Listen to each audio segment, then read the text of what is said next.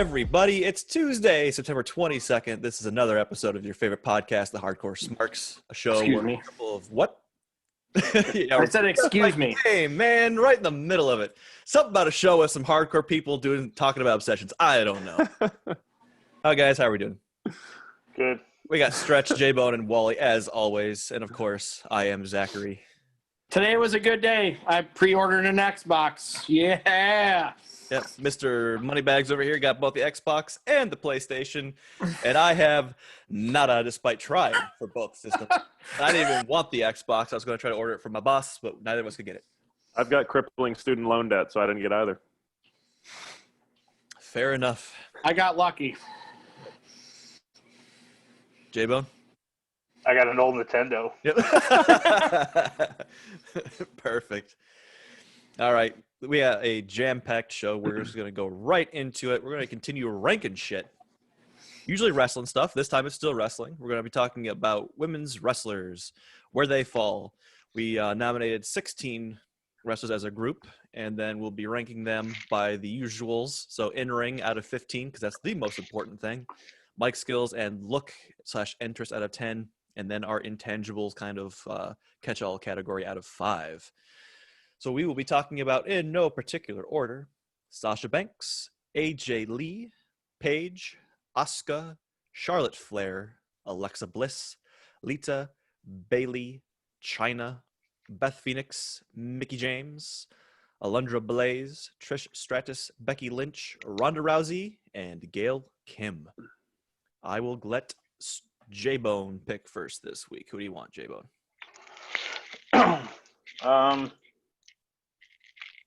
Why don't we go with Trish Stratus? Trish Stratus in ring, please. I gave her a 15. I think she's one of the top 3 wrestlers of all time, so I gave her a 15. I gave her a 13. I went 12. I went 12 as well. Give me a second to get caught up here. You said 13, Wally? Sorry. Yeah. Okay. 12. She's not quite there for me. Not quite. Well, So. the fact that she was brought in purely as eye candy and to like be on Vince's arm and then transformed, over a period of time into probably one of the greatest female wrestlers of her generation, let alone of all time, was pretty amazing for me. So that led to one of my higher scores. Yep, definitely. All right. Mic skills, J-Bone. I gave her a 5. I just think she was average. Me also. I went 7. She had some good heel work on the mic. And I went 6, just slightly above average. I mean, again, I don't have a ton of exposure to a lot of these I'd call it the older generation. So I'm kind of having to do a little bit of guesswork and fill in the blanks. But from what I saw, she was slightly above average. I think that's going to be kind of an ongoing theme for mic skills for women. I think wrestling in general doesn't give them enough, maybe just time in general, because that basically it's a match and then they're like, oh, we got to get back to the men.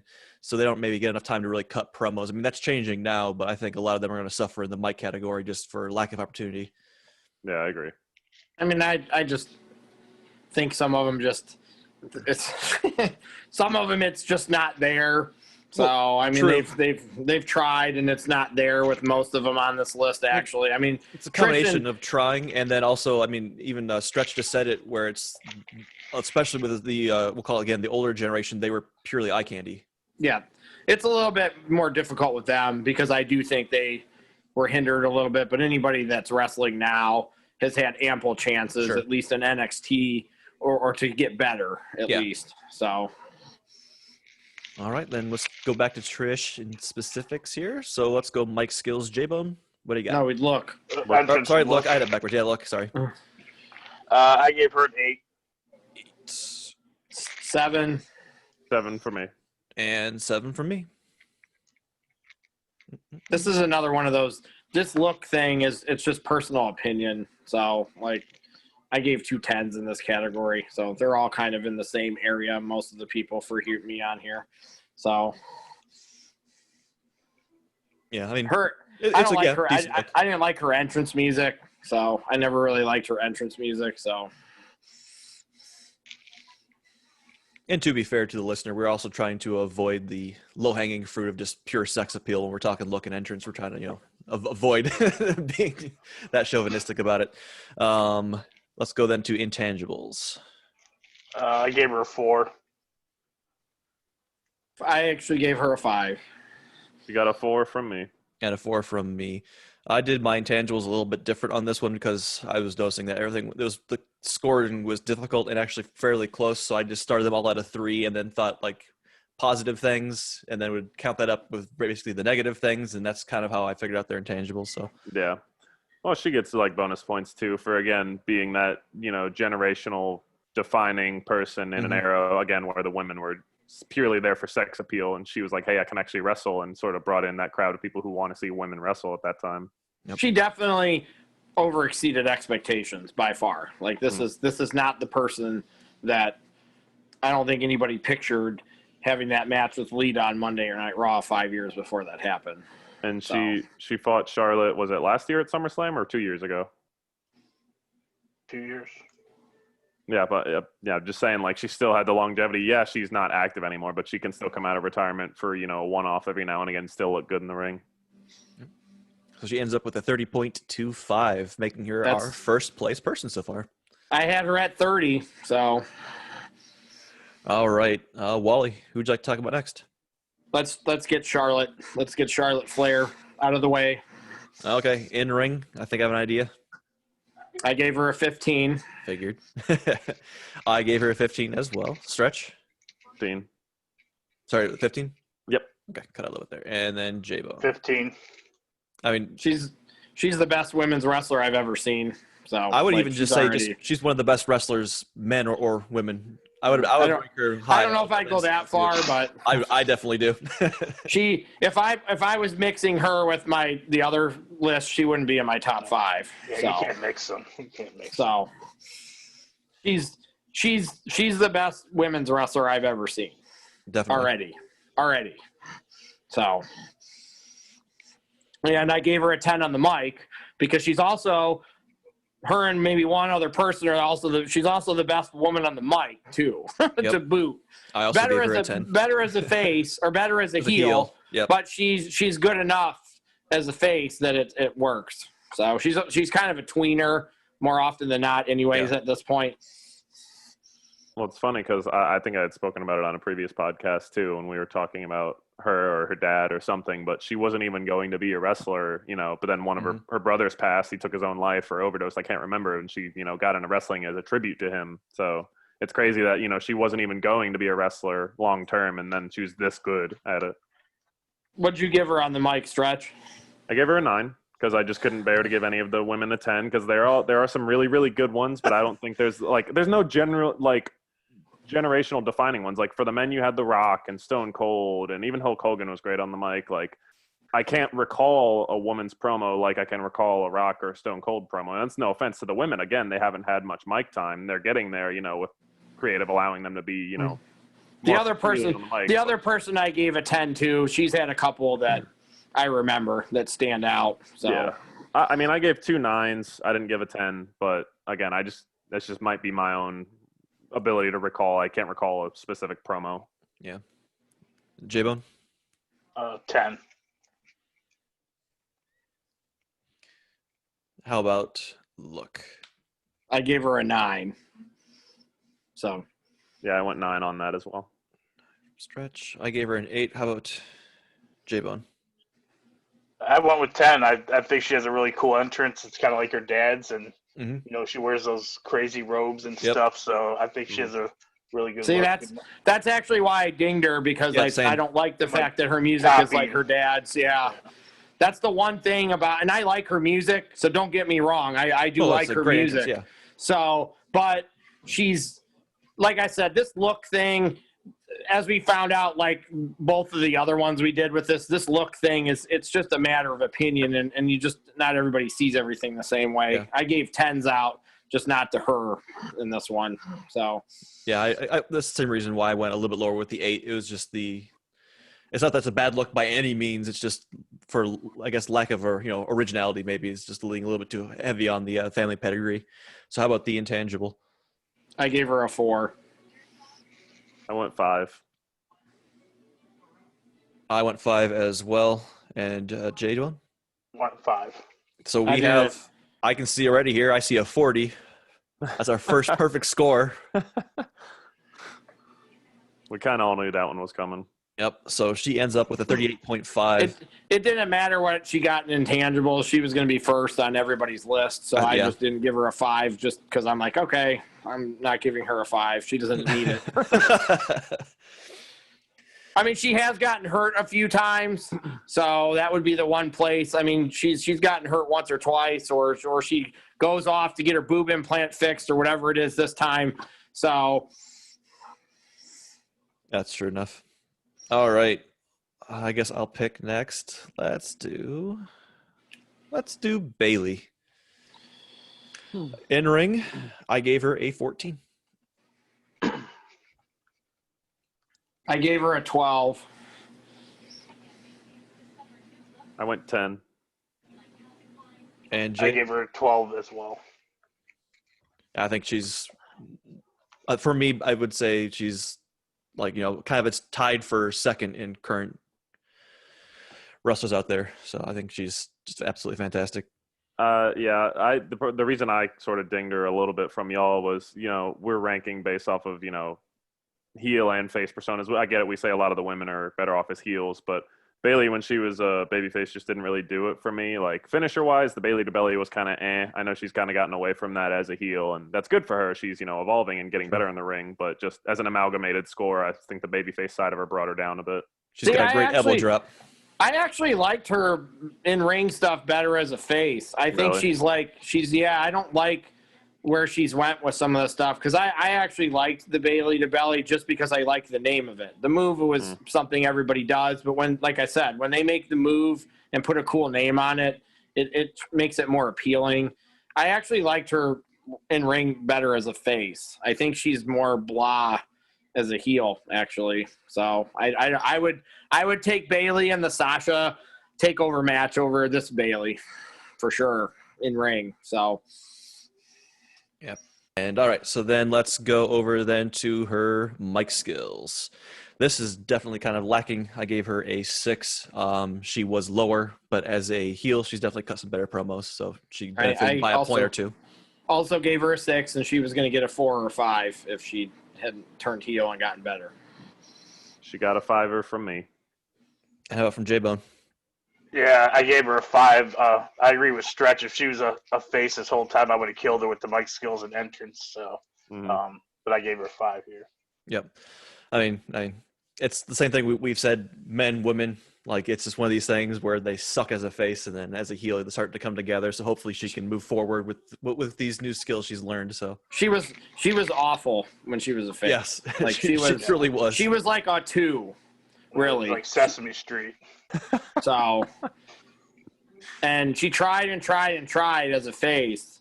Even Dusty Rhodes couldn't help her. So, like, if Dusty Rhodes can't help you, then you're in trouble. So, but turning her heel was the absolute best thing that they've ever done for Bailey's career. Mm-hmm. So, yeah, well, absolutely. Which also then kind of hurts her in this next one. She might have scored a little higher in the look entrance because I actually like the hug section. I actually like the Bailey buddies. So, but now we've kind of gotten rid of all that. So I had to take down from an 8 down to a 7. I gave her an 8 still because I did like both of her entrances. So I like the other one better too. I did actually like her face entrance better. I went 7, and I would have given her a 6, but I gave her the 1 extra point for the entrance when she officially turned heel and she came out and macheted all the Bailey buddies to death. Yeah, definitely. That was really cool when she did that. I gave her a 6.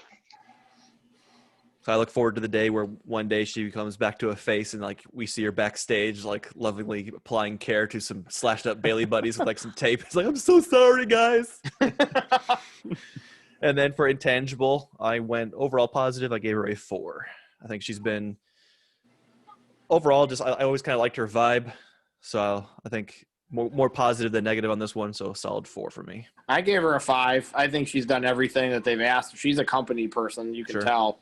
So they've done. I couldn't think of anything to ding her for. So because she's done everything they've asked of her, we dinged her in the category in mic skills. That's where she's suffered for a long time. So Yeah, I went 4. Her and Sasha sort of put women's wrestling back on the map in the mainstream and got everybody's, eyes back on the product. So I gave her a 4 as well. All right, so she ends up with a 28.75. Not too shabby. Stretch. Who are you picking? let's go China. Okay. In ring for me, I gave her a 9. I mean, she wrestled dudes. That was pretty cool. Her and Jarrett had a funny match, the Good Housekeeping match or whatever it was called. Yes, me and Jay were in attendance for that one. Yeah. She held her own against the guys, and I mean any women you sort of put her in the ring with, she would crush back then because she was way bigger and stronger than all the swimsuit models they were trotting out. So that obviously made her look stronger by comparison. So felt like a 9 was a fair score. I gave her a 10. She wrestled dudes. That's the reason. She was wrestling guys. Well, I gave her 11 for that same reason, and it was wrestling guys in a way that wasn't like a bad gimmick. It was like a legit, like, I can believe this is real. Right. She wasn't wrestling guys, and they were like killing her because she's a woman. She was wrestling guys and having pretty good matches with some of them. Yep. Yeah. J-Bone? I gave her a 10. I could have went maybe a point higher on her. I went back and forth with her because she definitely deserves credit for being able to hang with the guys because not a lot of people can do that. Nia Jax and the bigger women now couldn't do it. So that's why Nia ate everybody's finisher a couple years ago at the Rumble. So China was a special talent, like in more ways than one. So. All right, Mike Skills, I went 3 because she was always portrayed as sort of like the silent enforcer type. Like I don't recall her ever doing anything memorable on the mic. Yep, I gave her a 3 also. J-Bone? I gave her a 3 as well. All right. I'm the high person here. I went 4. She didn't talk much. She was always paired with people who were really good on the mic, like Triple H, Eddie Guerrero and Jericho and DX. Yeah. She was always the silent muscle, like with the good talkers.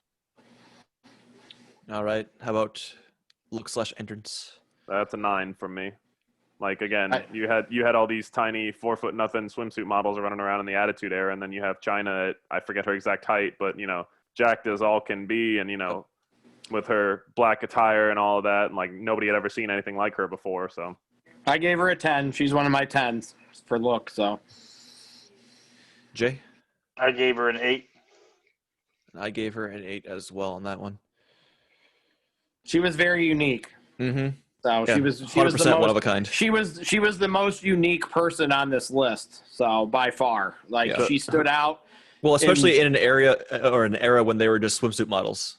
So she was so unique to the point where the rival company felt they had to make a ripoff of her. Yes. And when you get to the point that you become something that necessitates a parody of yourself, then you're pretty unique in that sense, Yep. Yeah, and she pretty much never wrestled women either. It was always guys. Yeah, she got to a point where they were like, fuck this. We can't put her in the ring with women anymore. We got to put her in programs with men. When they gave her the IC belt, yeah. And then how about the intangibles? For intangibles, I gave her a 4. Again, sort of defined the Attitude Era and women in the Attitude Era, and just sort of broke the mold. Like, women don't have to look a certain way to be a wrestler and to succeed. Mm-hmm. I gave her a 5. Jay? I gave her a 3, just because of all the stuff that happened to her after wrestling. There's a lot of dark stuff there. So Fair enough. Yeah. Sadly, you're penalizing her for being in porn, among other things. But well, she got her spot in the Hall of Fame, rightfully deserved. Yep. So she ends up. Well, I don't know if I said it. Sorry, I gave her a 4. She ends up with 26. That puts her so far in 4th. All right. which that's where I had her so far. Of the 4 people, she would have been 4th on my list too. Let's go back to J-Bone there. Who are we picking next? let's go with Alexa Bliss. Okay. For wrestling, I gave her an 11. Me also. Yep, me too. And I went 12. She's good. She's really good, especially for how small she is. Yes. She's one of the few people that NXT wasted. Most of the people we've been through, NXT's made them stars, and then the main roster fucks them up. Alexa Bliss is the complete opposite. NXT didn't know what to do with her and didn't realize that they had – Alexa Bliss is a good person to just like lightning in a bottle. She's that person that when she got up to the main roster and she fought in that like 6-pack challenge and she showed what she can do just in the beginning. There for that. She was the first person eliminated, but she looked really good in her stint. All of a sudden, that it's like the next day, WWE's like, holy shit. Yep. We've got something here. And so it was the moment when she doesn't really do it that much anymore, I guess, for fear of injuring herself because she's been sort of injury prone over the last couple of years. But she used to do a move where she would like throw her opponent down and then like roll forward and then flip backwards and like put her knees into their stomach. And she did that, and like everybody in the crowd when I was there was like, "Oh shit!" Like, I mean, like she that has was a really alone. She has a really cool finisher when she does it. Like her finisher is cool. Like I've always liked her finisher. Like even she did it when she was like a cheerleader or whatever dumb shit she was doing when she was in NXT. Like she even did it then, and it's a cool finisher. So yeah. All right, then how about Mike Skills? I gave her a 10. Her and Charlotte were the 2 10s I gave. Me too. She's my other 10. Me as well. She was a 9. Her and Charlotte were both 9s for me. They were my highest. She's the one that I remember her getting wutted, and she shit on the crowd when she got wutted. Yep. And she salvaged the "This Is Your Life" thing, if I'm not mistaken, with Bailey. Like that promo was bad, and like Alexa salvaged it.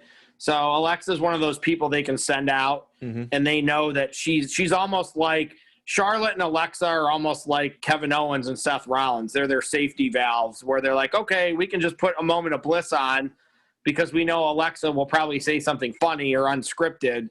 But like that's why she has a talk show, because she's good on the mic and they know that they can send her out, and she's good at like changing on the fly too. Clearly in that "This Is Your Life" thing, she winged it. And tried to fix the mess that was. So that's why Alexa's, like I said, she's had a couple of memorable. I don't remember what she said, but she got wutted once, and she fucked the crowd up really hard. Yeah, I think we were watching that show together, and so, I also can't recall it, but I just remember the just like no moment of panic, just more like, you bitches, like you're gonna what me. She's really good on the mic. She really is. Like she's really that's by far where Alexa Bliss shines the most to me is on the mic. So plus remember when they were in Columbus by her hometown and she shit on the crowd? Yes.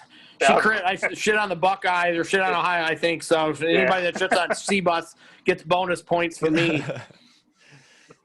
All right, then how about look entrance, J-Bone? I gave her an 8. I think she has a solid look, and I like her entrance. I probably could have gave her a 9, but I went with an 8. I gave her an 8 also. I went with an 8 because that entrance theme is a bop. And when she used to do cosplays like Harley Quinn and Freddy Krueger was pretty dope. That's why I'm giving her a 10, is that the cosplays are amazing. I mean, they really are. Like, I'm always excited to see what, she's going to come out to a pay-per-view as. So let's go over to intangibles. We got to get off Alexa Bliss before Joe senses a disturbance in the force. So yes. I gave her a 4. I think the only knock on her is, her injuries or concussions. But exactly the same for exactly. I gave her a 3. I actually gave her a 3 because of that, because it's happened more often than it's happened multiple times now. Yep. And that's not even a knock on her either, because she worked a program with Nia Jax and she got hurt multiple times, but I get where you're coming from. Yep. I mean, it's just when you're that tiny, I think it's just going to be kind of just business as usual, unfortunately. So she ends up with a 33.25, which puts her in second place. Wally. All right, let's have some fun. All right, he is picking, for the people who don't know, Becky Lynch. Let's have some fun. There will be a war. It's we have the North and we have the South on this one, I think. So I gave Becky a 9 in the ring. All right, Stretch. I went with a 10. J-Bone? I had a 10 as well. And I went 11. I think she's solid. I mean, of the 4 horsewomen, maybe the least competent in this category, but still better than most. She's improved. Yeah. She's the only person I didn't give a double-digit score to. So, so that's how I think she's overrated. I've thought she's overrated from day one in NXT. I've never liked her. I've never liked anything about her. So I think she's garbage. So that sums it up in a nutshell right there. So I gave her a 2 for mic skills because she's awful on the mic. So All right. I went with a 6. She's not the best, but can be very fiery and impassioned in her promos, so she can get crowds behind her. Yep, that's why I gave her a 5. I don't think she's better than a 2. So I gave her a 3. yeah, there we go. You can't understand half the time what she's saying, and She's got marbles in her mouth. She needs a fucking interpreter. I have no issue understanding a Scottish accent. I watched enough movies. Neither do I. I have zero trouble understanding her. This is one where I think she's garbage on the mic. Her promos are shit most of the time. Well, that's fine. I mean, I can say, I definitely agree she's not great on the mic, but I also think she's way better than a 2. Yeah, She puts me to sleep. There's only one person on here I gave a lower score than her, and that was deserving. Well, yeah, because that other person doesn't speak English. I'm assuming. Exactly. So right, exactly. English. We can understand her. As far as me and Jay are concerned, she doesn't speak English either. So you Philistines. She's got Seth's balls in her mouth every time she comes out. Ooh. All right. That's not an image I did not need. All right. How about let's go to look. I gave her a 6. It's a 7 for me. J-Bone? Yeah, I gave her a 6. And I gave her an 8, again with the cosplay. Yeah, she came out as Aloy one time from Horizon. I blanked on the name. Horizon Zero Dawn. That's why she didn't get a 5. So. Yeah, I think her entrance was corny when she did that stupid airplane thing and had the goggles. I thought that was always like. Oh, the steampunk, you mean? You don't like steampunk? I like the steampunk. I agree. Look. Her music's not bad, but her entrance, she's lame, in my opinion, though. That's just what this goes down to. I think she's lame, so. Yeah, I actually like the steampunk aesthetic as well. I think so did Mrs. Wally on that one. She's got my back. All right, let's go. Well, Mrs. Wally's not on here, so. I'm invoking your spirit. What do you got for intangible there? I gave her a 4. This is the only place I didn't ding her. Yeah, I went a 4 as well. Same. I gave her a 3. She got a whopping 21 for me, so. Yep, I see that. She ends up 24.5. Did you guys happen to see Rhonda's stuff with Becky recently? What? Where Rhonda was pissed because Becky had the same ranking as her on that Battlegrounds game. And then Rhonda also said, she's like, enough about Becky's box. The only person that likes ginger box is Seth Rollins, apparently. Yeah, she was going off on, I think it was Twitter, right? I saw some of that stuff. Rhonda loves to stir up controversy. All right, well, we're talking about her. Let's just jump right into it. Ronda Rousey. I gave her for in-ring a 12. I went 11. 11. What was that, Wally? 10. Yeah, I went 10 as well. She definitely succeeded. She probably should have been a 7, but she over-exceeded anybody's expectation. Yeah, just pure athletic, ability. Transitioned shockingly well.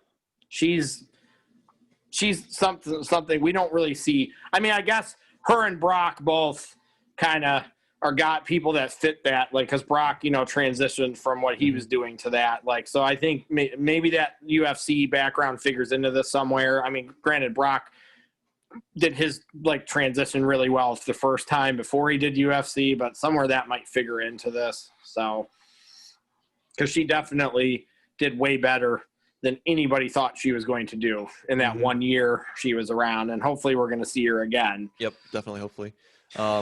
For Mike skills, though, I had to go a little low. Went with a 4 on that one. Just inexperience. I gave her a 3. So yeah, it was a 3 for me. I gave her a 3 as well. She struggled. Yep. She's flubbed multiple lines and promos before in front of a live audience. It's an experience with her, and that's where she didn't benefit from getting jumped into this, and she was only around for a year. Maybe next time we see her, she'll get better and she'll get herself up to a 5. I don't think she's ever going to be a 10. No. But if she can improve, I think that's where she struggled the most, was that. She did flub a lot of stuff, and I was hoping at times, I'm like, please don't mess up this promo. Yeah. All right, moving on to look. Entrance, I gave her a 9. I gave her a 10. The 8 for me. And J-Bone? I gave her a 9. I think her entrance was cool, and I think her gear was fabulous. Yes, the leather jacket from Roddy Piper. Yeah, but you can say, though, she copied off Roddy Piper if you're going to say Charlotte copied off her dad, though. Not Yeah, fair, but Well, I gave her plus points. I'm just saying, I agree. I agree with it, but a couple of you guys kind of ripped Charlotte for that. You can't really. It was she got plus points for me because she was one of the few people that WWE was actually willing to license music out for. Yeah, I was going to bring that up as well. Joan Jett. Yep. They never do that. They want to make all their music in-house nowadays. And then for intangible, I went more positive. I gave her a 4 on this one. She was definitely better than she should have been, so she gets points for that. I gave her a 3 just because she was around and disappeared, and we keep hearing she's going to come back, and nobody knows shit. And she didn't wrestle long enough at this point, so that's my biggest ding with her. She was there for a year, and that's it. She was around and then disappeared. Sound familiar? Yeah, like another UFC person. Sound familiar? The way of the... She scored better on this than that person did. So... Jay, what did you got? I gave her a 3. 3, okay. Her score is going to be higher than Brock's was, I believe. 26.5. Right. I had her at a 26, so which is way higher than Brock. So that puts her right now in 5th, unless we have a tie, which I'm not going to be digging that far deep into at the moment. All right, moving on.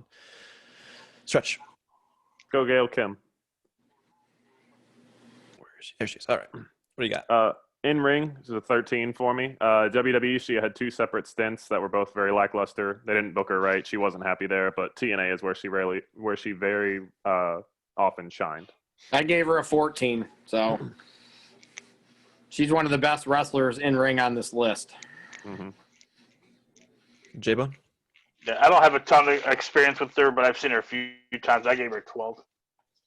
And I also gave her 12 for the same reason. Just what I liked, but I don't have a big back catalog of experience. WWE ruined her. They didn't know what they had. That's the biggest problem in all this, is that WWE had a star and they didn't know what to do with her, so she got pissed and said "fuck you," and went back to TNA where they knew how to use her. Famously eliminated herself from a battle royal just to get out of the company. Did she really? Mm-hmm. It was like on an episode of Raw, like a women's battle royal for a #1 contendership or something at like some pay-per-view. And Stellar in ring. Yeah, you can see that she's like just not having it. She's kind of like no-selling a bit, not really into the match, not really getting involved, and she just eliminates herself. Like, that's climbs amazing. over the ropes. Anybody that's getting a 13 or above for me is legit. So, Yeah. like, she's legit. So, Mic skills. 7 for me. She had some pretty decent heel work in TNA, and I mean decent face work as well. Obviously, as the running thing is on here, a lot of these wrestlers are better off as heels, but I feel like she was a 7. She was solid, probably above average for me. I only gave her a 5. I didn't think she was like everybody else on here. J-Bone? I gave her a 5 as well. I did too, but that's also a bit more my fault of just not knowing a ton about her. So what little research I did leads me to a 5. You're safe on this one. It's not like you're. I just feel bad. The high for her would be a 6 or 7, like Eli. Like I could see somebody going with that way with her. She just was average to me. So. Yeah, in ring was definitely her stronger suit. Yes, for sure. And how about her look? I went 8.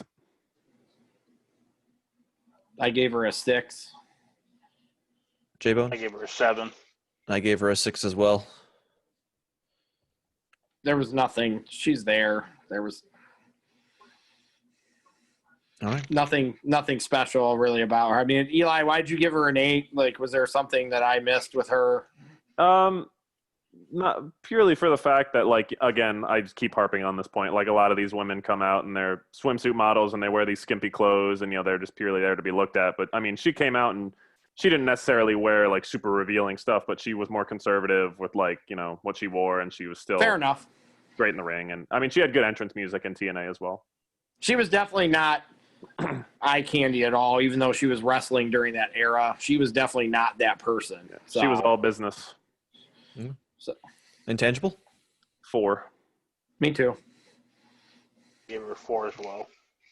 And I went 3 just because, again, I don't unfortunately know a lot about her. I'll be definitely going back and spending a little bit more time and learn more about her in the future. But go ahead. She just got a bit higher for me in intangibles because she bet on herself. Like, she knew she was good. She knew what she was worth, and WWE wasn't providing that for her. So she said, fuck you. Like, I'm going back to where I know I'm going to be handled correctly. So she ends up with a 28.5, and so she is now in 5th. J-Bone. Let's go with the boss, Sasha. Sasha Banks. Let's go with in-ring, as is the usual. What do you got? I gave her a 13. I gave her a 14. I also gave her a 14. 13. And a 13. I mean, again, she's outstanding. Yeah, I only gave Gail, Kim, and her the only people I gave 14s. So My only knock on Sasha would be I wish that she wouldn't bump so hard sometimes, because that results in her, like a lot of her past injuries were her sort of selling super hard and going for it in the cell. So that would be my only worry with her in the ring. All right. Mic skills? I gave her a 9. I think she's really good on the mic, especially when she's a heel. Yep. I went with an 8. Same reasons. 8. yeah, I actually went low. And she's my favorite, and I gave her a 6 because I don't think she's great. So it's another one of those things. Well, it's another one of those where I couldn't recall a specific promo, but I just, in my head, I always enjoy her promos. So she's another one. She's another one that sometimes I'm like, I think she's trying too hard sometimes. It seems like she's trying too hard and she doesn't need to. And that's what I see with her sometimes is I feel like she's trying too hard. And I don't think she needs to. I think she kind of has natural charisma. Mm-hmm. So I don't really think she needs to force the charisma. And sometimes I feel like she's forcing it a little bit. So I was just about to say that. Like, she oozes charisma. And like I said, she's my favorite women's wrestler of all time. Like, if I was going to pick my favorite, it's Sasha. But I don't think she struggles on the mic at times. Yeah, I wonder whose blue hair that is on your shirt. So, but I've loved Sasha since NXT. So I've liked her since the first time I saw her in NXT. I've been on the boss train the whole time.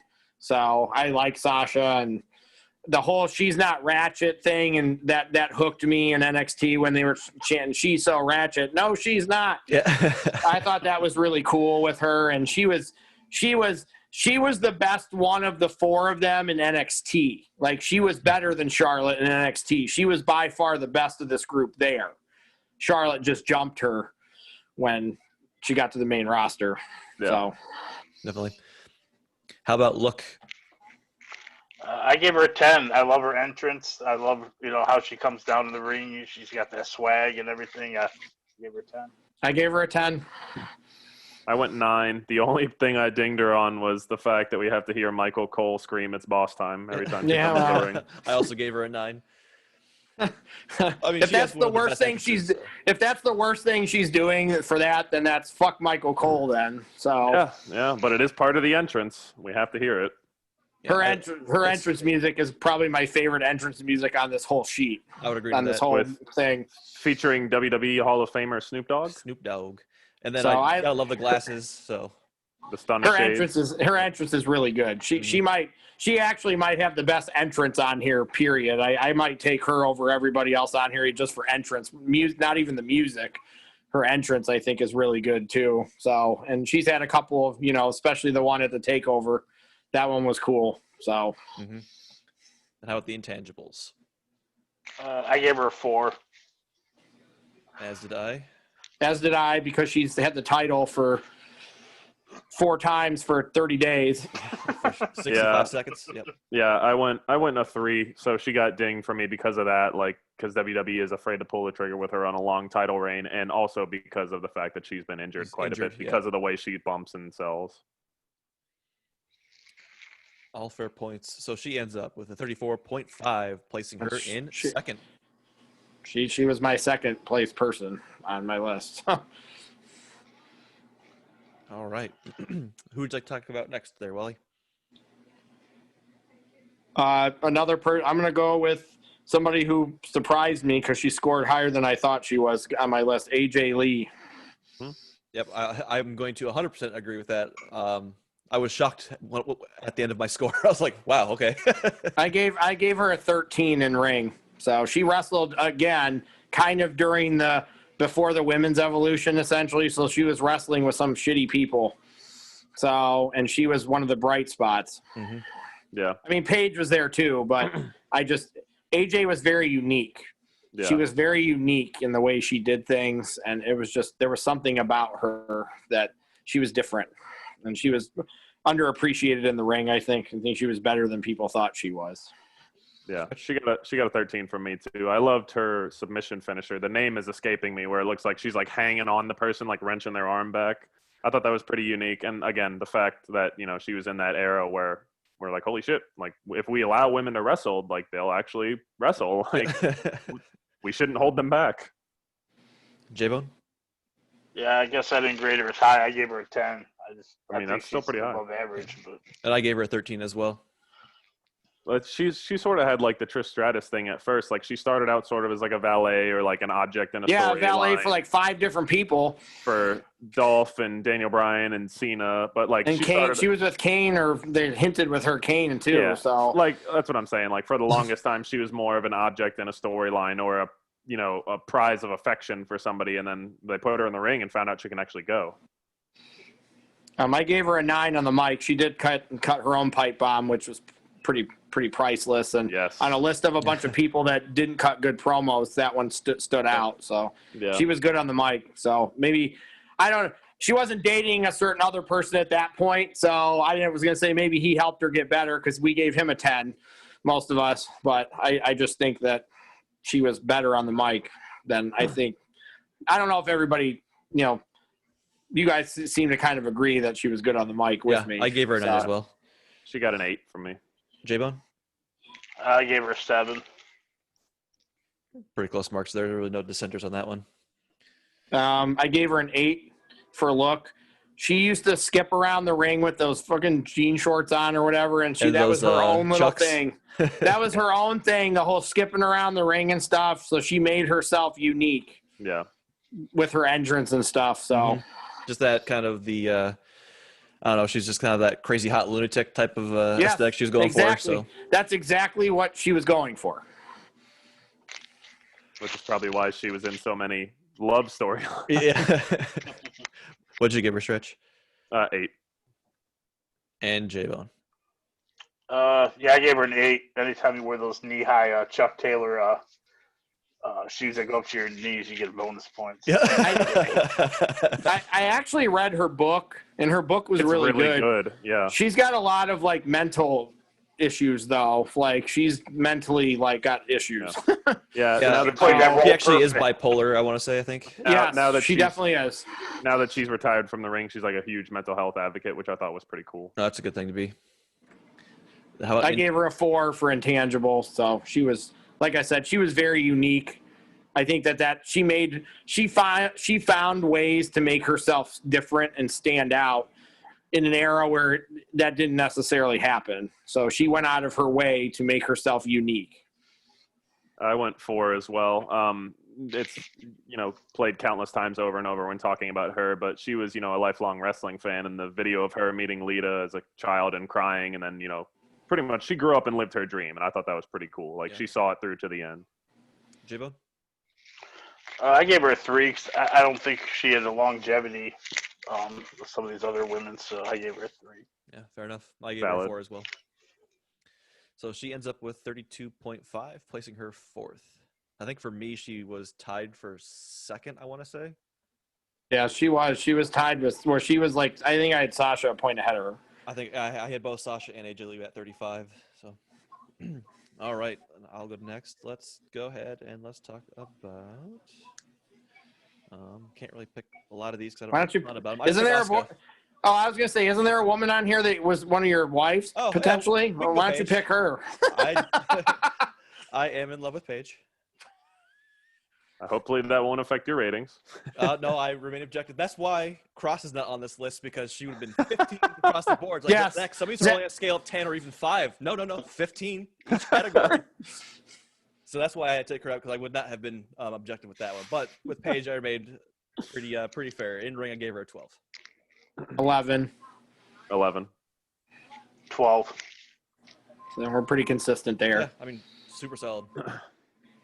I mean, obviously her life was important. They made a fucking movie about her. Yep. So obviously something cool was going on in all this because they made a movie about her. Mm-hmm. So well, I mean, another person with just kind of self-made, more or less. So another person who is their lifelong dream to be a wrestler in WWE, and she saw it through. Mm-hmm. So I thought that was cool. And then Mike's skills, I went with an 8 on that one. 6. I gave her a 7. I got so sick of her saying that it's my house or whatever. Though, Yeah. that got annoying. that got annoying with her. I agree. She didn't really. I don't know if she got better. I think she kind of was at a level and she kind of stayed at that level like throughout. I don't think she ever really like improved at all. She was kind of in the same place the whole time. I think she might got a little bit higher with me just because she just seems so comfortable in the mic. Like she could just talk forever and just she's just at ease cutting a promo. Because she's been doing it since she was like 14. Yeah. And then with look, I also gave her an 8 on that. Yeah, me too. 7. I gave her an 8. Just the kind of pale skin, black leather, good entrance. Just got the whole package. So, well, again, I know we're not talking sex appeal. I don't mean like white skin as like, ooh, it's sexy, but like just she has shockingly white skin. It stands out. With the black, it just makes it pop even a bit more. So yeah. It's like Sheamus with his orange hair. Yeah. It stands out. Like you're like, wow, that guy, I've never seen somebody like him before. Yeah, I don't think I think this is just I don't like Paige as much as I think you guys do. I think that's where what figures into this for me. She wasn't one of my favorite people. So. And then intangible on that one, I went 3. Definitely kind of more points off just for obviously injury related reasons. So she got a 3 from me. Again, injuries. She had made some bad life decisions, sure. Alberto Del Rio, but she's come back. She had a GM role on SmackDown for a while, and she has a role, sort of. She's been streaming on Twitch, so it seems like she's doing a lot better mentally and in her life. So that's good for her. I gave her a 4, probably because the movie was made about her. So. I gave her a 3. 3. Yeah. And she ends up with a 29.25, which is placing her in 6th. All right, Stretch. Who do you got? Let's go Lita. We talked about Trish. Let's talk about Lita. Let's do it. In ring, I went 13. Again, she was. I mean, at certain points, she was out there, with the Hardys doing crazy shit and flips and moonsaults on grown men. So, and she was getting put through tables during some of these TLC matches. She's actually my other 15. All right, J-Bone. Yeah, I gave her a 15 as well. She's the best wrestler I saw in the ring before Charlotte. And I went with a 13 on her again because she can just, is not one of these wrestlers that can hang with the guys. And also, unlike China, looks like she shouldn't have been able to. And so the fact that she could pull off what she was pulling off is pretty amazing. She was special. She was special. So, microphone skills. She didn't really talk much when she was in Team Extreme, and then later on when it was her and Trish as like the solo runs, she had some okay stuff. So I sort of went a little bit above average. I went with a 6. So did I.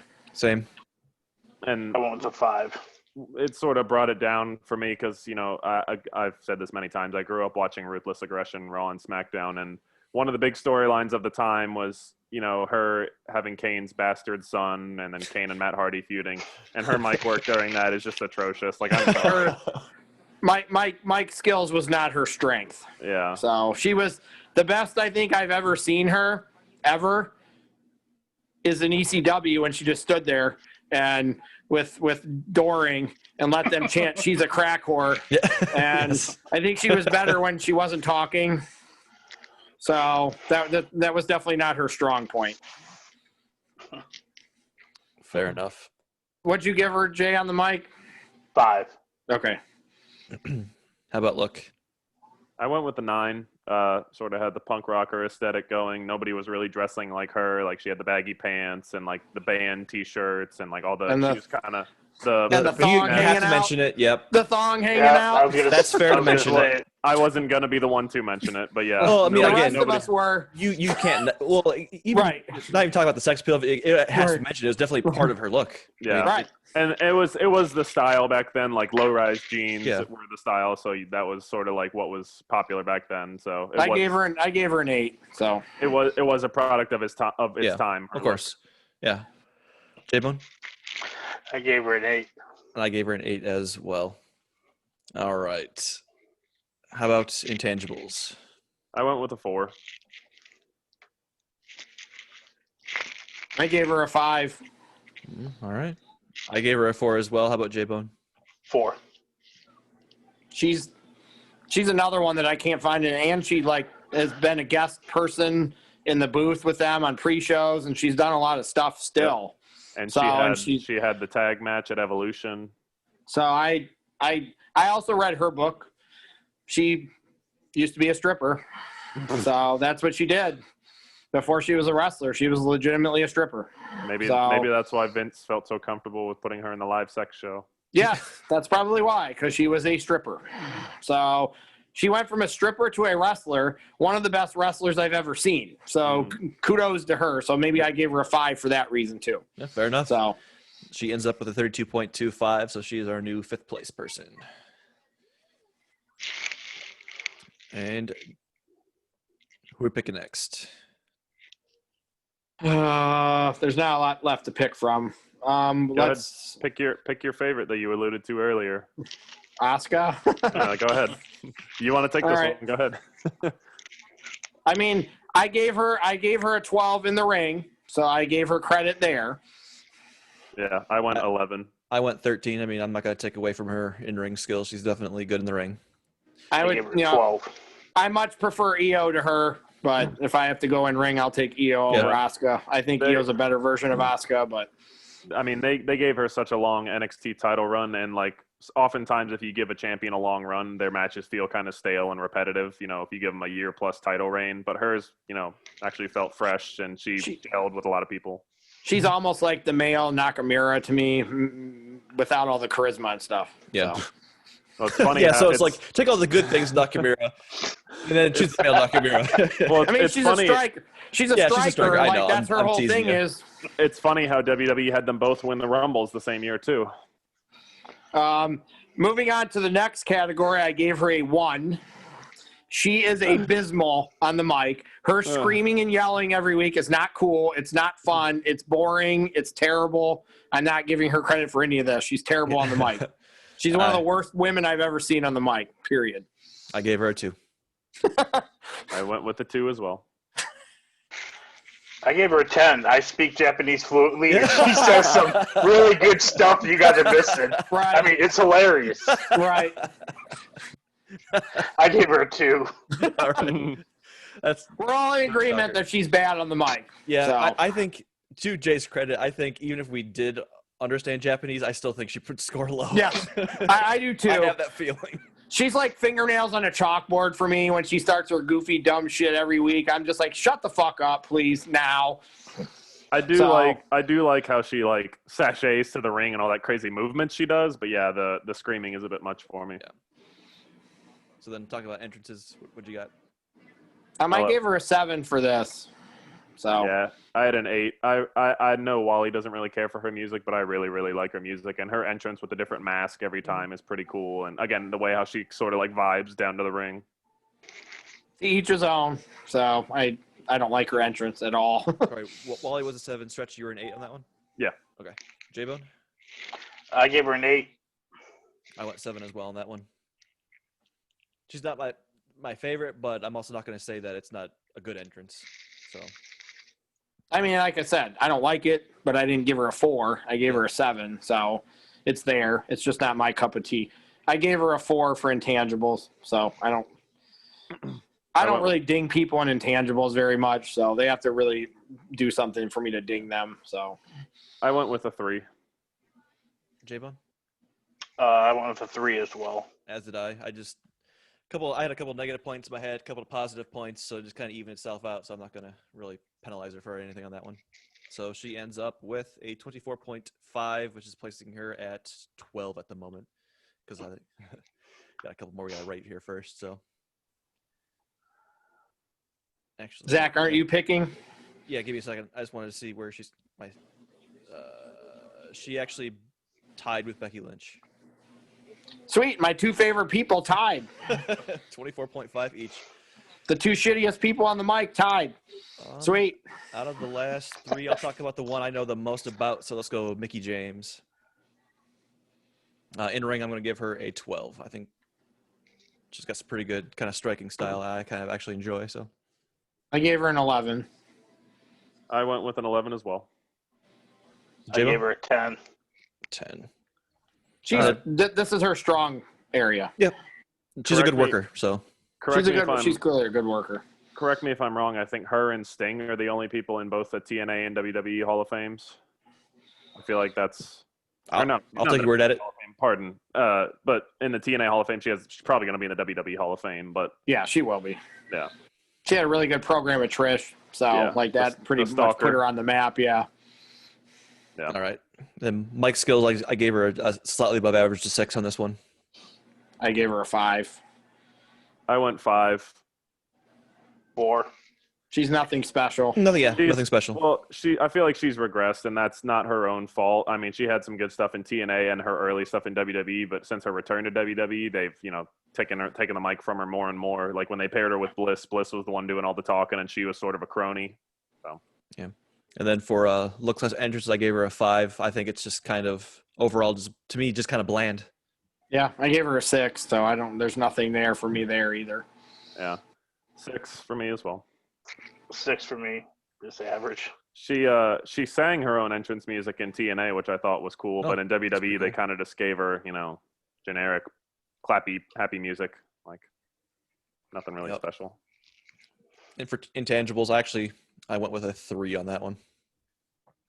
I gave her a 4 just because she still got it at this point. Like even though she's a little older, she still can go in the ring, and she's not really ever done anything negative to me. So yeah, I went with a 4. Just her longevity, the fact she can still go, and the fact that she's made it work and was very successful in 2 of the major companies right now. J-Bone? Yeah, another one that got into porn. I gave her a 3 on that. Did you do some research on all of these candidates beforehand? Yep.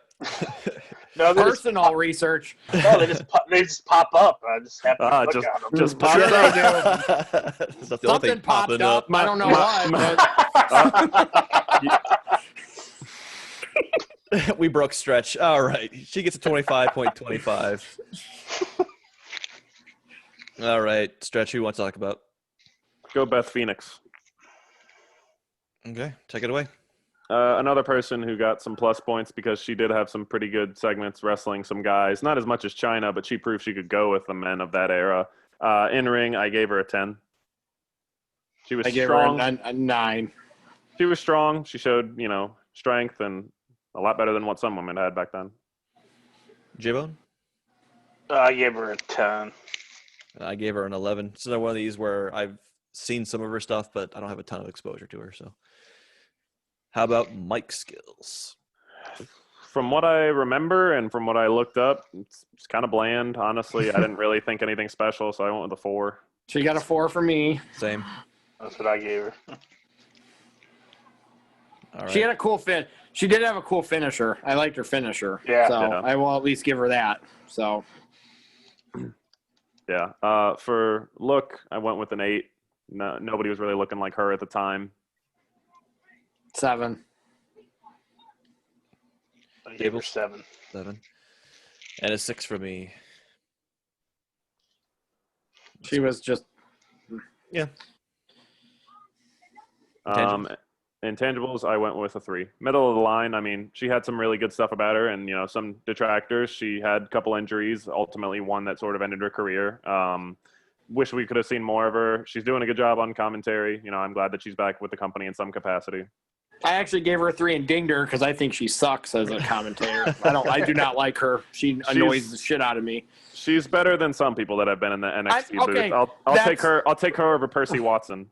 Okay, but then once again, we get into that. Okay, well, which shit is better than this shit? Yeah. Like, that's what we're getting into with that. So you're right, Eli. She's better than some people. So I agree with you on that. So no.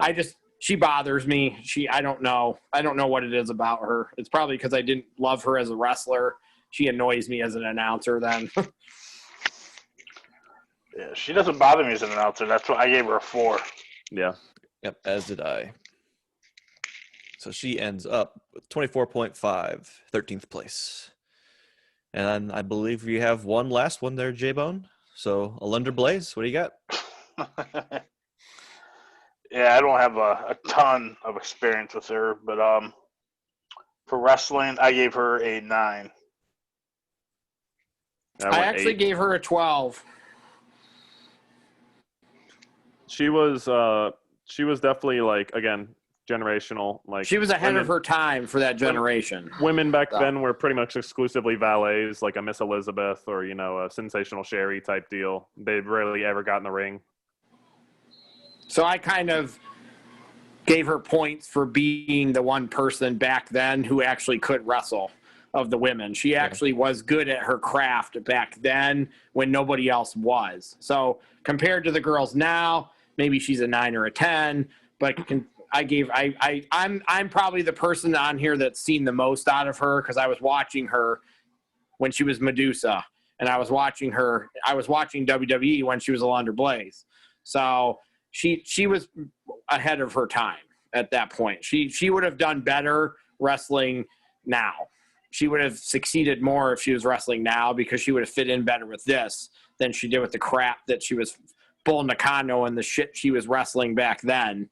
She would have succeeded more if she was in this era, I think. I think that it worked against her being in that era where she was wrestling with people, they didn't really give a shit about their women's division. So, yep. Why Fabulous Moolah held the belt for like 8 years. So I ended up giving her 11. Stretch, what did you give her?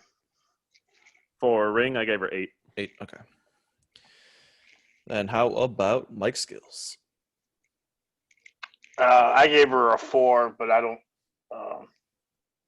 seen too many of her promos. Yeah, well, that's why I went with 5 on this one just for an experience. Yeah. Her most memorable thing is putting the WWF title belt in the trash on Nitro. So that's the most memorable thing she'd ever done on the microphone, and she didn't even really talk much during that. It was more of Shivani and the announcers sort of like, "Oh my God," like their reactions about it. So I went middle of the line. I went 5. I gave her a 7 because once again, same thing. She was the only person doing anything back then. So when they did let her talk, she was fine.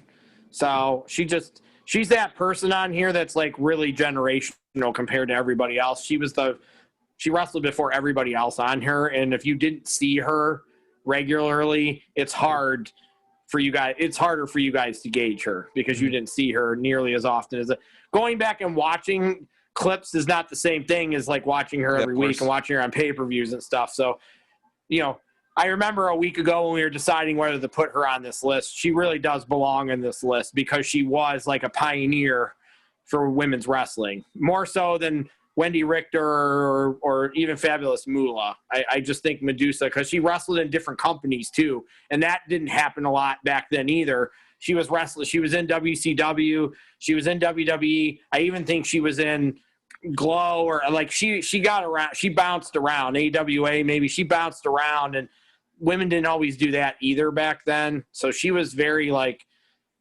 ahead of her time in a lot of ways, I think. So the dropping the belt in the trash is what she's most known for. That's pretty cool. It really was. As much as I hate WCW and I like WWE, that was high quality writing there, and that was good shit. Well, just think of it in terms of, if fucking who's the champion? If Bayley somehow got out of her contract now and went to AEW and did that with the SmackDown Women's title on television, you'd be like, holy shit. All right. How about look entrance? I gave her a 7.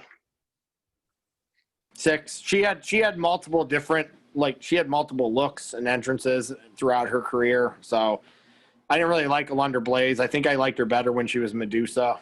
So Again, heel is seems to work better for people than face. Stretch 6. 6. Same. I also gave her a 6. On to intangibles. I gave her a 3.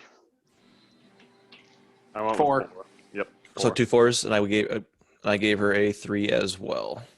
So she ends up with 25 even at She's 15 like I said, I'm glad she's on this list. I just unfortunately it's like if you didn't watch her enough, it's hard with her. It really is. So I'll do a quick rundown. I'll have the editor put the actual list up, but it looks like we have Flair at 1, Banks at 2, Bliss at 3, AJ Lee at 4. Do we have 2 4s? I don't see a 5. Oh, there's a 5. Lita at 5. And then at the bottom of it, we got I think we have a tie. Hang on here. Oscar Sorry. and Becky at the bottom. Yeah, Damn tied at 14. Or I guess tied at last. So yeah, we have Becky and Oscar. Yay! And actually also Beth Phoenix. We got a 3-way at the bottom there. Also, yeah. That's fine. And then I'm 13, okay with those 3. Under Blaze, and 12 with Mickey. Like I said, Phil in the middle there. So that was good. We win on that one, Jay. We won on that one. I take that as a win. She finished last. I'll take that as a W. We drug her down enough that she finished tied for last. Hells yeah. Yeah, You hear that, sweetie? Stretch, would you like to change any of your scores in hindsight? Becky finished last. She's flipping me off. I'm getting flipped off by Nicole. He got his one back. Brock was dragged down on the last one, so it's all's fair in love and rain. Karma. All the dogs, the dogs have something to say about it yes. too. Yeah. Apparently Vader didn't like the fact that Becky finished last either. Yep. Damn it, Vader! You don't know what's going on, buddy. All right. Gonna have to school you on that one. So then let's move it all on. We're going to do the scenario of the week. You all know the rules. However, I'm not hosting it. Stretch, I think you're doing it, right? I am. So, this being a podcast all about women's wrestling and the goats of women's wrestling, I thought I would put a twist on it this week. So, the president of wrestling has taken stock of the landscape recently in the wrestling world and has noticed that there's a lot of sort of outsiders coming in and putting in great performances. The likes of Dominic Mysterio coming in and having a great match with little to no training. We had Mr. Pat McAfee, who everybody was, discounting, and then he put in a great effort against Adam Cole. And even if you go back, a couple years, we had other like Stephen Amell, like other celebrities that all, transitioned fairly well into the ring. But the president of wrestling is wanting to appeal to a certain demographic, and that being the 18 to 49 in women. So he has tasked you with picking the next savant wrestler who happens to be a female and then booking them in an angle. So your challenge is to pick the next savant wrestler who happens to be a female and tell me how they would be booked on your show. I have the champ advantage on this one, so I'll be going first. I am going Florence Pugh. So she obviously I don't even know who that is. Played Paige in Fighting with Your Family. Oh, okay. So hang on here. You were just talking about the movie. Yeah. I don't remember her name though from that. She's paged me still. So not only was she paged, let me get back to this. So anyway, she's also in an upcoming Marvel movie. So she's a big name, strong, powerful woman. She's gonna be super popular. So she decides maybe movies aren't for me. Okay. Though instead she's gonna be I really like being a wrestler, and even then she wasn't quite doing all of her stunts in that movie, but she kind of got the taste for it. So the angle how we're going to book her is we'll start off with a nice little Twitter war, maybe with I'm going to pick Alexa Bliss on this one, kind of a self-made wrestler, and then talking about how you weren't hot shit, you had you didn't do your own stunts, and she's like, well maybe I can show up. So she's going to get the real Paige to kind of usher in and get her blessing. We're going to have a self-made versus like, oh, you're just Hollywood, you're no good. It's kind of heel face. So Florence Pugh in this case will be the face, and get a nice kind of good kind of a multi-week, like culminating at pay-per-view where she comes out and turns out she's just goddamn amazing in the ring. And then eventually she's going to turn when she does go heel eventually, she'll just go full Hollywood and be like, like Champagne, get the limousine kind of treatment. So Okay. and she's young, so she's only like mid-20s, so she's got a lot of time behind her. So All right. I like it. What about you, Jay? I'm gonna go with Cardi B. WAP! Here comes the WAP! Would that be her entrance song? Yes! No, but I have something down for that. So let me Go ahead. Sweet. Go ahead. I think she would be a good wrestler because she used to be a stripper just like Lita. So I think she would, I think her and Sasha Banks would have a good program together, to see who the true boss is. And I think they'd have a match, and her finishing move would be a Bronco Buster, but they'd call it the WAP. That's great. It's a good one. And she would pin Sasha for the 1, 2, 3. I love it. How do I finish? How do I follow that? Go ahead, Wally. I'm going to take Demi Lovato. Okay.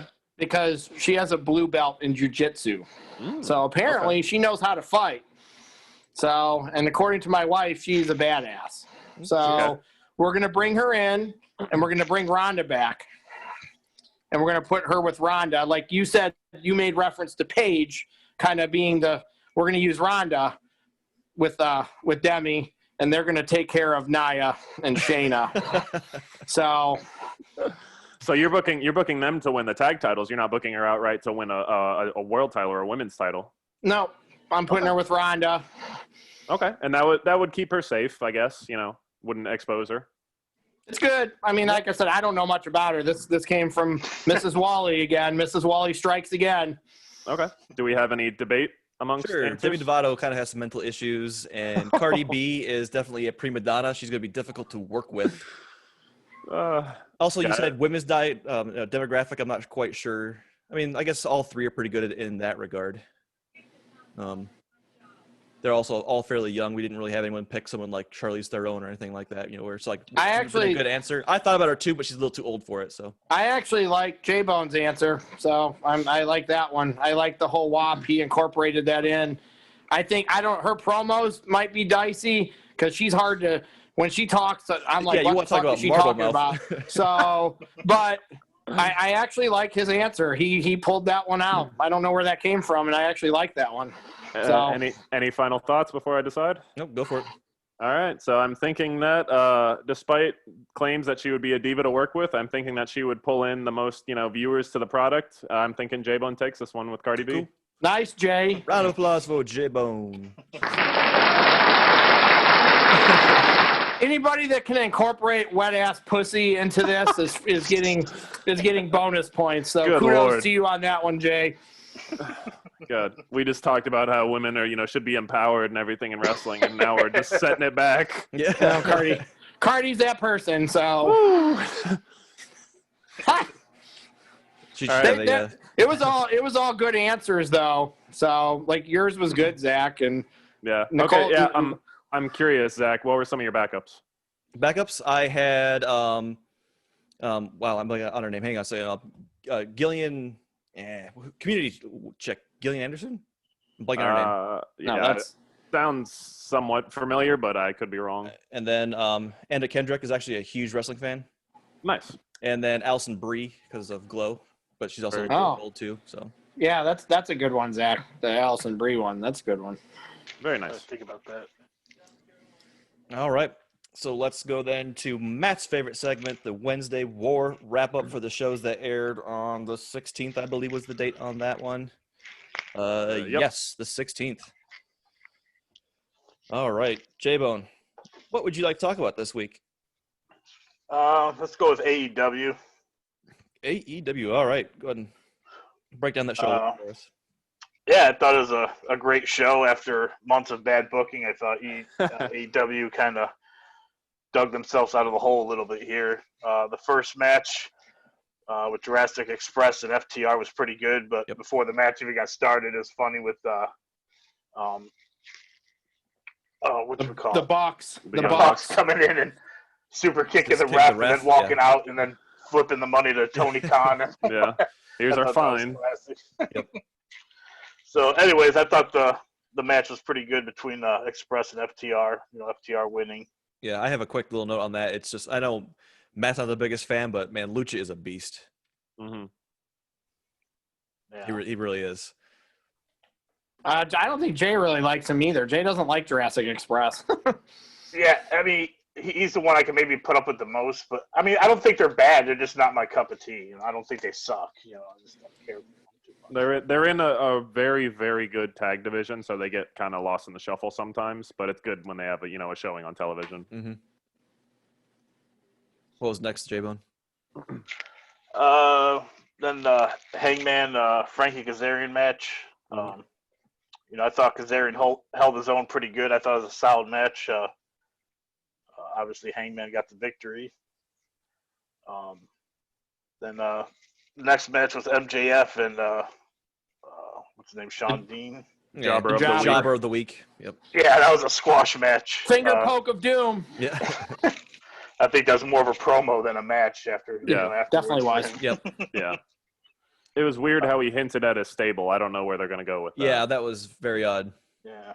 To me, does the only AEW logic- need another stable right now? No, but there's no way he's joining one. Like, he's way too much of a mouth and stuff for him to be like, oh, I'm going to join you. He would make his own. Would they put him in a program where he's going to try to take over the Dark Order? Well, the fact hope not. The fact with the verbiage that he used the verbiage of Wolfpack, makes me think he's going to try and split up an existing faction into two The different inner circle. views. Yeah, because him and Jericho already don't get along, on camera. They're kind of like, oh, you're a heel, we're tolerating each other, but we don't really like each other. So it's making me think he's going to try and infiltrate an already established faction and splinter it. Fair enough. The one thing about the Hangman, Kenny was announcing and huge, gigantic dick. yes, but it's they're pussyfooting around the storyline, and it's too much of a slow burn. Just get it. Just make it happen here, people. We don't need to wait till January for Kenny to turn into the cleaner finally. I had that in my notes. I put Omega seems very conflicted, and that's weird when a couple weeks ago he was just talking about how much this place needs to be quote unquote cleaned up. And they're not progressing that storyline. I know, once again, the Bucks are getting dragged into it, and it's the whole elite is going to turn. But they're, dragging their feet on this one a little bit. Too much, I think.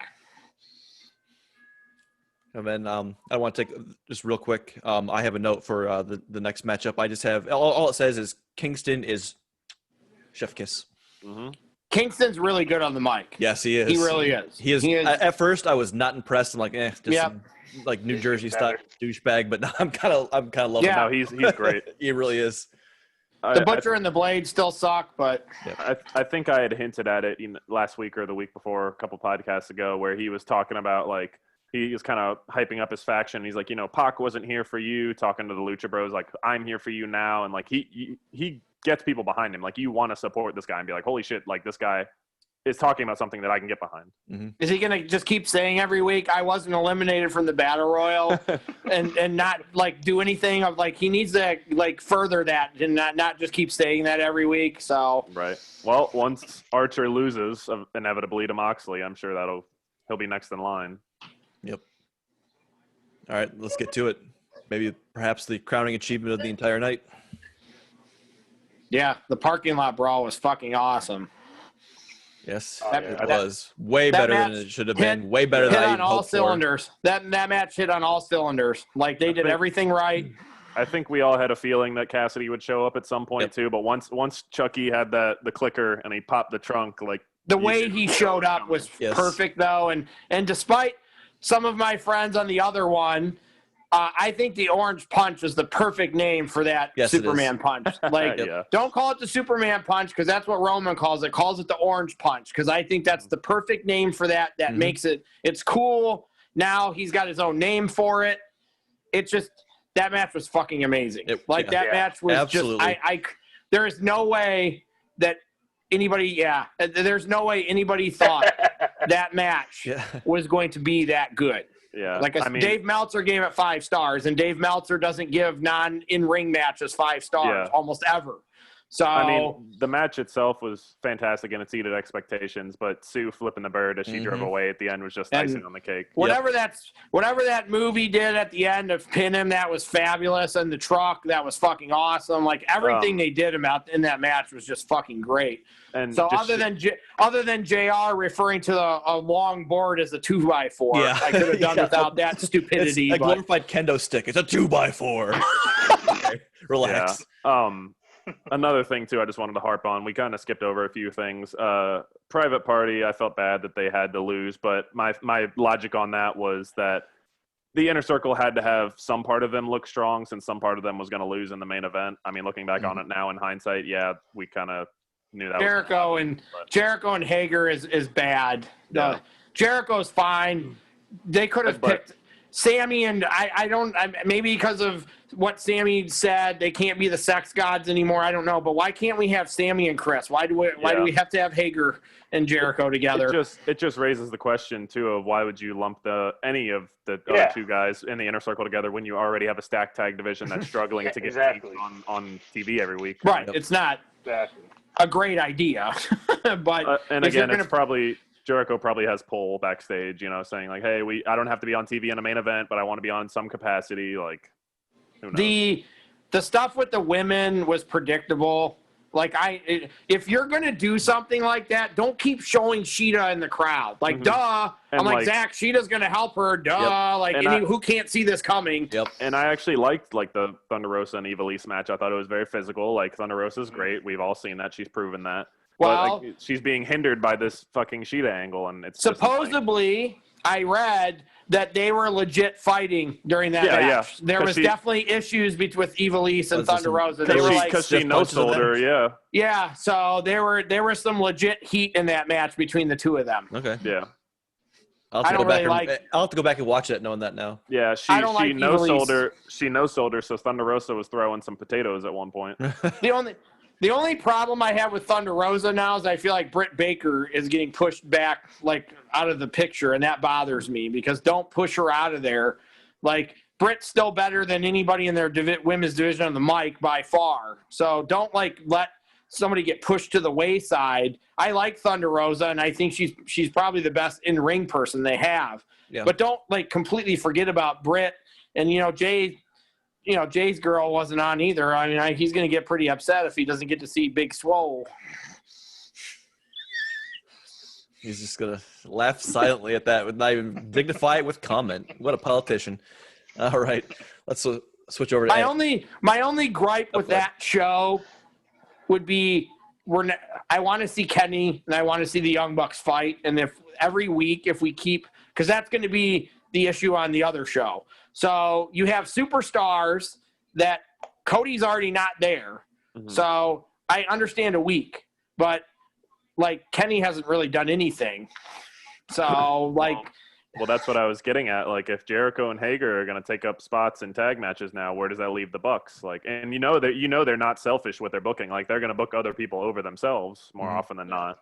It's really time for Kenny and the Bucks to start booking themselves to look strong and to win. I said that 6 months ago, and we're still in this point where it's time to start putting some belts on yourselves because you guys are worthy of a world title and tag team titles. It's not like you're putting them on yourself and you don't deserve them. That's their problem in their head. They've already proved that they're not selfish. So yeah, you got them and the Lucha Brothers, arguably the top two tag teams, and they still haven't had the belts yet. Yep. Right. All right, NXT time. We're running along. So we got Blackheart versus Io Shirai. Actually, solid match. Very good match in my opinion. Yeah. And then I don't like Shotzi still. Yeah, I know you don't, but they did the baby show. The babyface versus babyface worked well. Yep. And then next I have my note says Ciampa versus Sacrifice. Immediately followed by Jake Atlas sets the date for his own execution. Yeah, I put a feud with Atlas kind of feels like a step down for Ciampa. That's why I hope it's just just feeding Ciampa another body here. Ciampa's already proved that he owns Atlas and destroyed him. Atlas doesn't need a shot at retribution or a rematch. You've already proved you're his bitch. Why drag this into a feud? At least Breezango retained, right? Yep. Which my note for that was, thank God, if NXT takes this belt NXT will lose until they give the belt back. You'll never see me vote for NXT if they take the belt off the Breezango. My note on that one was, since they won, Imperium was like the next contender. Who's next, like, for the tag titles in NXT? Yeah. They're like undisputed again, like, which I'd be okay with, but they got their own stuff going on right now. The Indu Share or whatever that tag team was, they kind of got punished because that one dude leaked the El results. Phantasma or whatever it is. Yeah, I guess that would be a program really that I see feel where like that's they probably would going to go. They would probably run that program into the ground, though. Yep. But that's kind of the only other tag team that really has any kind of heat to speak of. Yeah, I mean, like I said, that Indu Share tag team where the guy got punished because he leaked Keith Lee winning, they haven't been on TV since that, so. I thought the Gargano promo was pretty funny too when he called him Thatcher Snaggletooth, rookie teeth or whatever. Oh, I have HD TV to look at a Snaggletooth. Yeah, Gargano once again proves to be just amazing. He vows that Tegan will get him a new TV. Yep. Yeah. What else, Zach? That's about all I have for NXT personally. So I put their women's tag match was very missable. Didn't really care. That was getting those people on TV so we remember their names for the Battle Royal. Yeah, I didn't even take notes. That's how great the match was on that one. And then I'm gonna start calling them this since we alluded to this nickname a couple weeks ago. But Dane and Maverick, the twins. They're a compelling storyline for me, like how Dane initially didn't want to go out there and help Maverick, but then with some urging from Regal, he went out there and then ended up still decking him at the end. But I like it. It's growing on me. Yep, same. Yeah, that was a weird match. I think they focused more on the angle than the match there. Yeah. The story building. And at the end, we all knew Thatcher wasn't going to win, so kind of lackluster main event. Yeah, who cares about Thatcher? Yeah. I mean it. We were dirty arm bars. Yeah, we were all kind of in, like, when we got to the main events that night, I told Zach, I'm like, I'm at even keel right now. I was saying NXT was slightly ahead before the. So I was like, whichever main event's better is going to win. Yep. And one main event was way better than the other one. Oh, absolutely. It took 4 weeks, but I have a feeling that the other show is going to win this time. I feel like you're right. Feel like it's going to be a reverse sweep. Reverse sweep, AEW. Yep, same. Yep.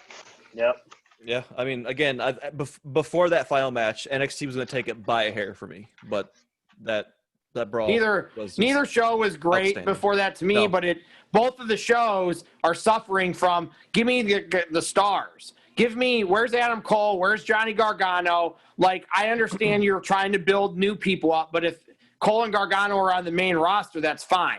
They're not. So what are you doing with them? Like, it's proven.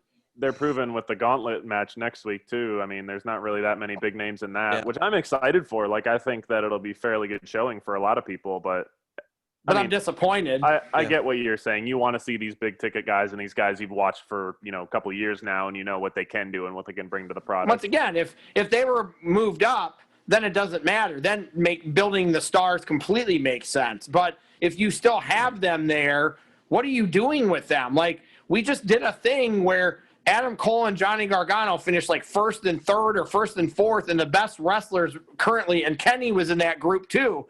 And we're not seeing these guys every week on these shows, and that's what I want to see. I want to see something. Like, I mean, we get to see promos with Gargano, but what are we doing with Gargano and Adam Cole at the TakeOver? I was going to say, we have a pay-per-view very shortly coming up, and we've had basically zero setup for it so far. If those two are not at the TakeOver, then the TakeOver is going to suffer somewhere. If those two are not on the card at the TakeOver, as much as I like Cameron Grimes or whatever, Austin Theory, some of these other guys, if you're making me pick between those guys and Gargano and Cole, I want to see Gargano and Cole before any of those guys. We didn't even talk about that. Poor Austin Theory. He's pissed off the wrong company. Definitely.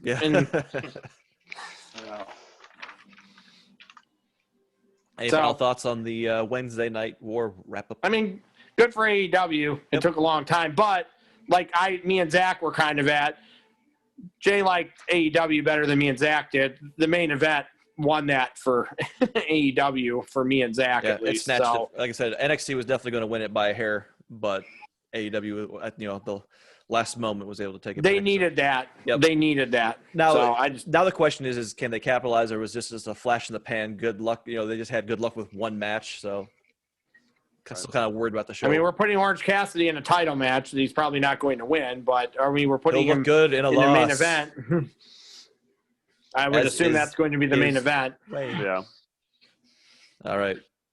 Then moving on to Jabil's giveaway of the week. That's not actually going to happen because we can't afford postage to anybody. Because the post offices are dying. Yep. What you got for the people?